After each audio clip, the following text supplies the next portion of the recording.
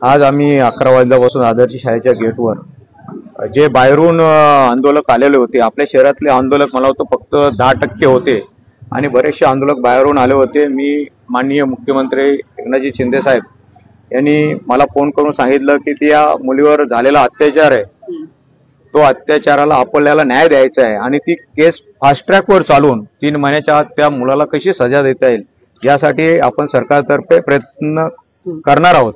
यासाठी आम्ही सर्व शिवसेनेचे पदाधिकारी त्या ठिकाणी एसीपी असतील, डीसीपी असतील यांच्या विनंतीला मान देऊन त्या ठिकाणी गेलो, लोकांना तसं आव्हान केलं।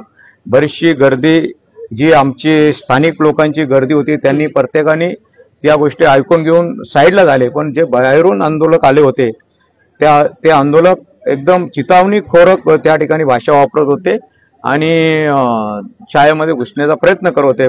त्यानंतर पोलिसांनी दूर असतो सोडून सर्वांना बाहेर पांगापांग करून पळून लावलं।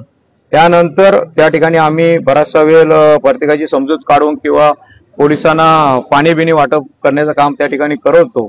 त्या ठिकाणी नंतर मोहिनी जाधव या पत्रकार नगरपालिकेच्या इथून आम्ही नगरपालिकेच्या दिशेने जात असताना त्या ठिकाणी आल्या।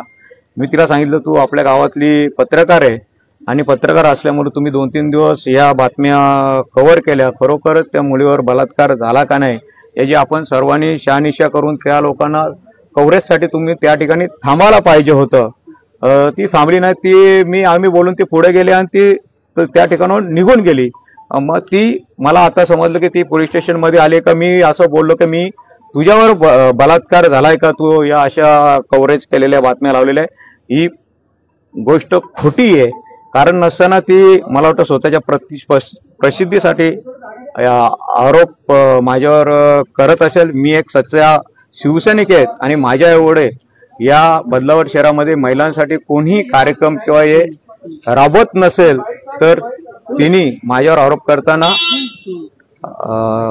त्याची शहानिशा करायला पाहिजे। याबरोबर अजून एक त्यांचा कोणीतरी एक पत्रकार होता आणि पत्रकाराला ही भाषा किंवा हे खोटं बोलणं शोभत नाही असं मला वाटते। जर खरोखरच तिने तिच्या आई बापाची शपथ घेऊन सांगायची की वामन म्हात्रे याला बोलला, मला जी शिक्षा होईल ती मी भोगायला तयार आहे, नाहीतर मी सुद्धा कायदेशीर कारवाई तिच्यावर। आमच्या सुद्धा कार्यकर्त्यांना तिच्या 1-2 मित्र होते, त्या लोकांनी आम्ही पाणी वाटप असताना ती इशारा करून 2-3 दगड मारायला तिने लावलेले, आम्ही सुद्धा तिच्यावर FIR दाखल करणार आहोत।